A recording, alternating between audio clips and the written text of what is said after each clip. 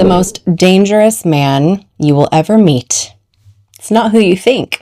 He's not the strongest, not the most aggressive, maybe not the richest. He's the one you almost didn't notice, the quiet one in the corner, the one who hasn't said a word and somehow owns the entire room. That man was not born that way. He was made in the fire. And what came out the other side is something most people are completely unprepared for. Just stay with me for a second, because by the end of this, you're either going to recognize this man or you're going to understand if you are in the process of becoming one. I know what you're thinking. Dangerous. That sounds like something violent, something destructive, something to be afraid of. But it's not that. I am not talking about violence at all.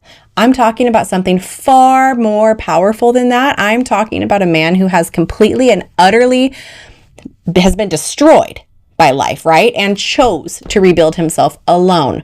Nobody holding his hand, no support group, no savior, no one, just him and himself and his growth. That is it.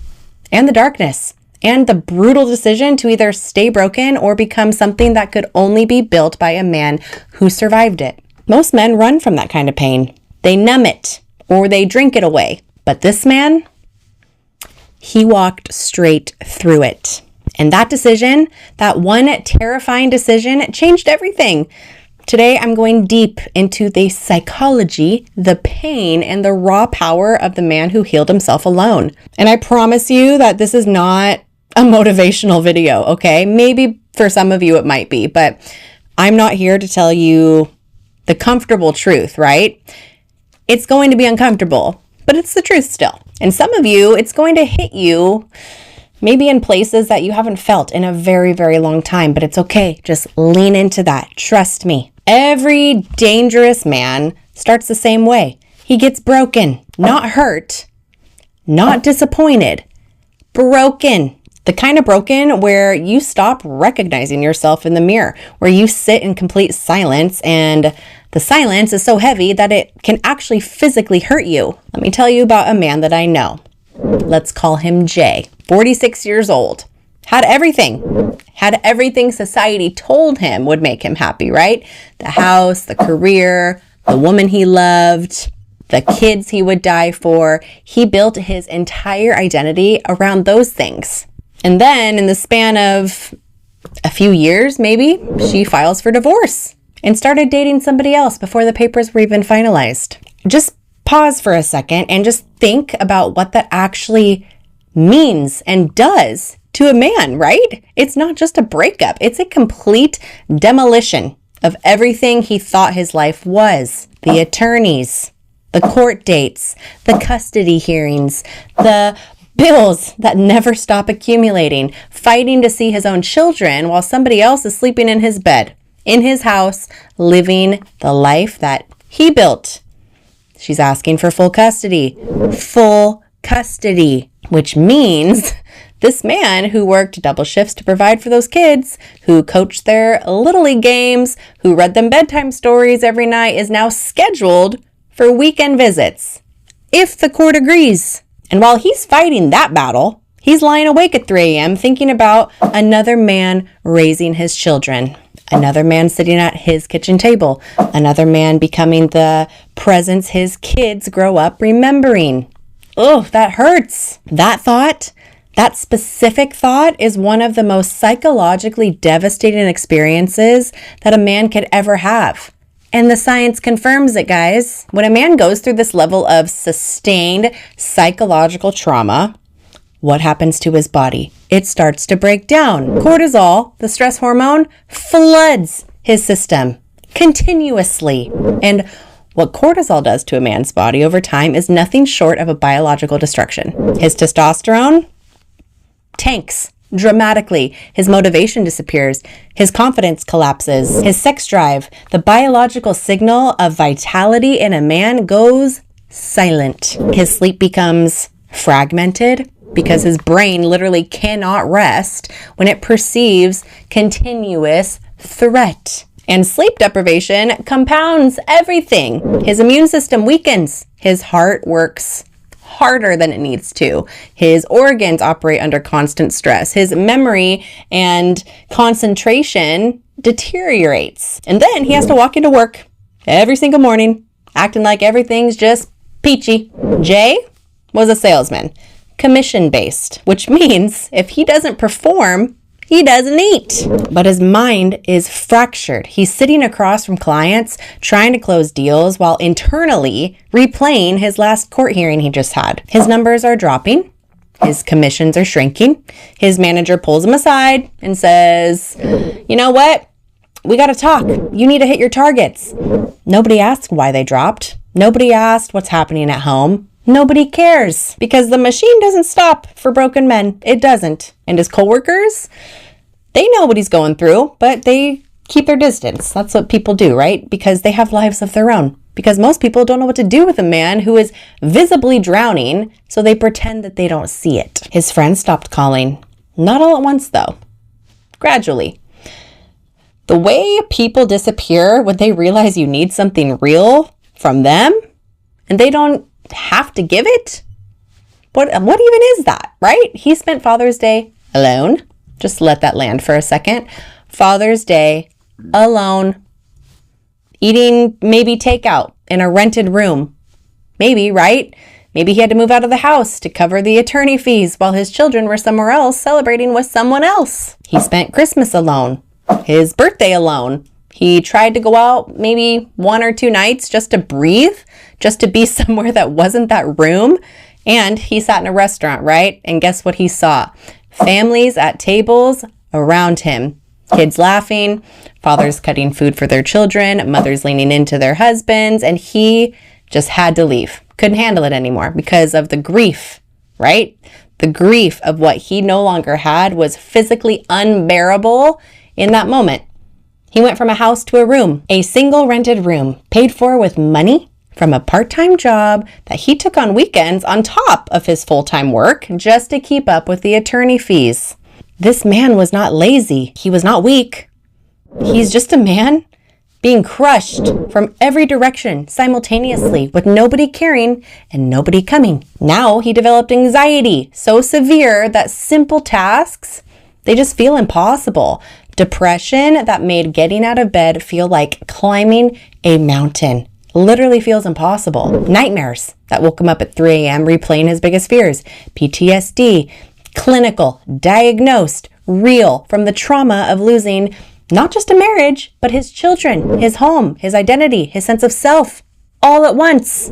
This is what real destruction looks like, guys, in real life. That kind that I'm talking about, that happens to men every single day while the world just keeps moving, right? And nobody stops to notice.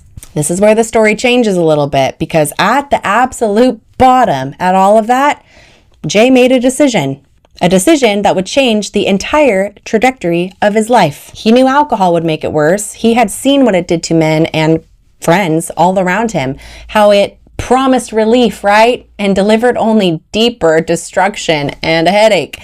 He tried dating because loneliness at that level makes you desperate for any type of closeness and warmth. But he was too broken to trust anybody, so he said ixnay on that. Too wounded to open up. Every woman he met, he looked at through the lens of everything he had lost. He was a wounded wolf. And wounded wolves don't trust the hand that reaches toward them because the last hand that reached toward him destroyed him. So dating, it's left him emptier than ever. More convinced than ever that he will be fundamentally unlovable because of the situation that he's in. That something was wrong with him at his core, and that the belief is the most dangerous belief a broken man can carry because it becomes self-fulfilling. He sat with all of that, the loneliness, the grief, the biological collapse, the financial pressure, the professional failure, the social isolation, the painful agony of missing his children. He sat with all of it and asked himself one question. If this is the lowest I will ever be, what am I going to do with it? Am I going to let this destroy me or am I going to use it? Then he realized that nobody's coming. That's okay though. That is okay. Trust me. Why? Because he was still here. And as long as he was still here, there was still some hope.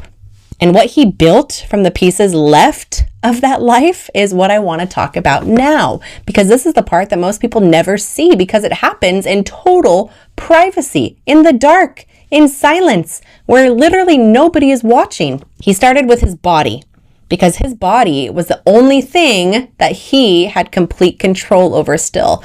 Every morning, before the thoughts could swallow him, because trust me, they do, before the sadness could pin him down to his bed, he gets up and he looks at himself in the mirror and says, I am a beast. Nothing can break me. Then he got in his car, went to the gym. But it's not because he felt like it, because he doesn't. But he made a decision that feeling like it was no longer a requirement to sit and sulk and dwell, right? He made a choice. He understood something fundamental. A man who cannot command his own body cannot command anything. So he commanded it every day, whether he slept or not, whether he cried in the car on the way there or not, whether every cell in him was screaming to stop or not. He went anyway, and the body responded slowly. It's not going to be dramatic. It will be consistent, though, and consistency is the language that the body actually understands. He started reading, not self-help books full of corny affirmations, though, okay? Psychology, philosophy, biology, history. He wanted to understand why this happened to him. Not to assign blame, but to literally just understand the mechanics behind everything. The attachment patterns, the trauma responses, the neurological loops that were keeping him in pain, right? Because you can't escape a trap that you don't fully understand. He faced his childhood wounds, the ones that he had been carrying his whole entire life and driving his choices long before she ever entered his life. The patterns he brought into the marriage that contributed to all of this, gone. He's not torturing himself, though, with guilt, guys. That's not what I'm talking about. He is trying to understand himself, because a man who understands himself cannot be surprised by himself. And guess what else? He rebuilt his finances very slowly. The part-time job became a side business. The side business grew, not because he got lucky though, but because a man with nothing to lose and everything to prove to himself works with that kind of intensity. That only comes from having nothing left to lose and everything left to prove to himself. Keyword there, guys, to himself. Through every early morning, every sleepless night, every court date, every missed birthday with his children, he kept one promise to himself. He would not let what happened to him define what he became. He would use every scar, every loss, every broken piece of himself to rebuild something that the comfortable version of him never could have created. Never. And here's what emerged out of all of that. On the other side of all of that, here's the man that the fire produced. Here's why he is the most dangerous man in the world. He cannot ever be controlled through fear now, because he already has survived his worst fear. He cannot be manipulated through threat of loss anymore.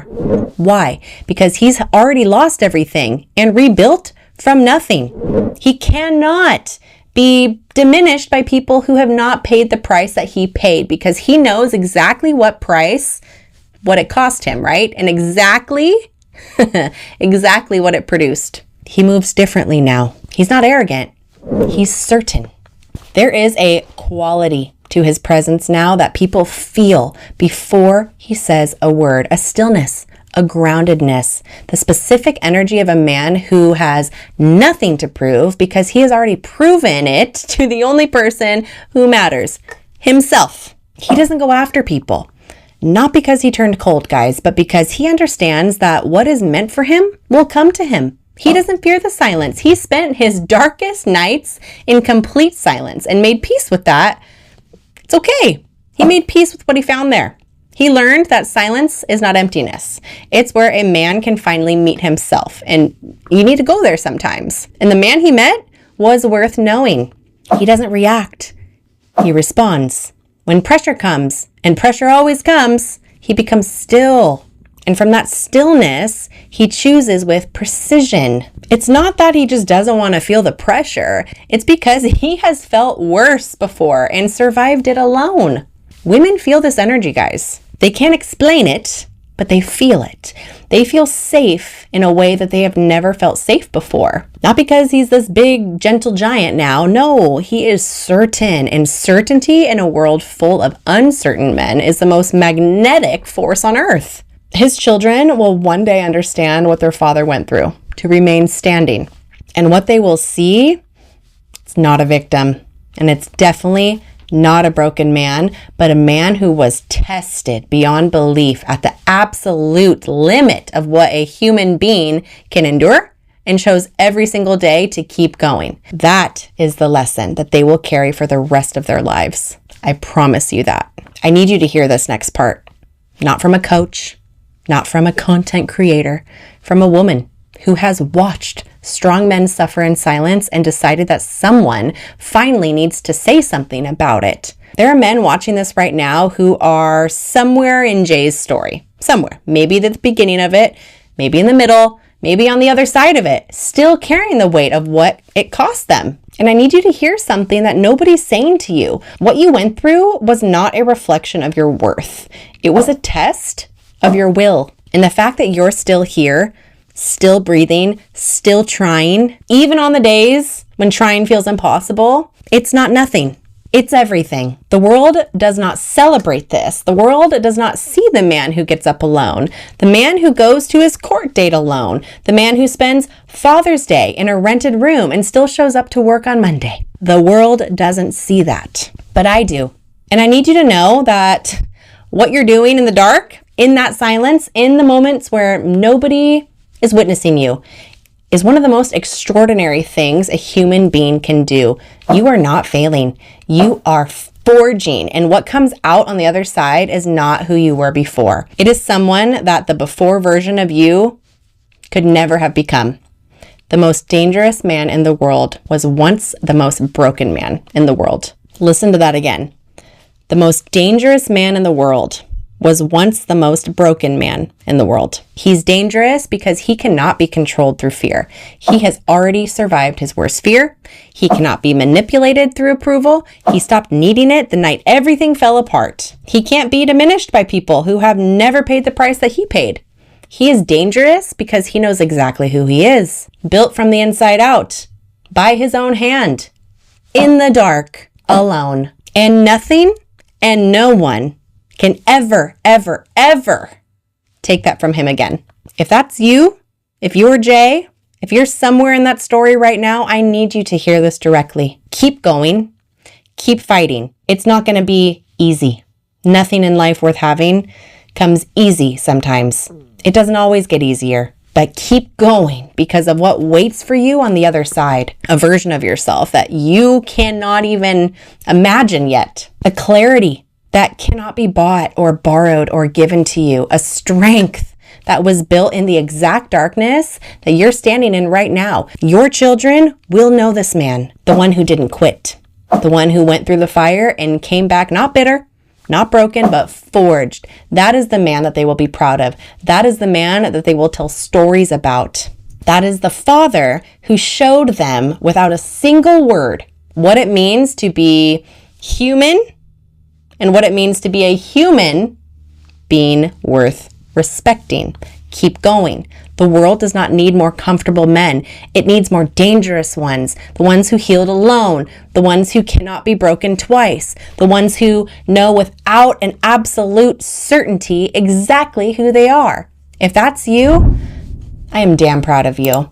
What you're carrying is not light, and you are carrying it anyway. Stay dangerous. I'll see you in the next one.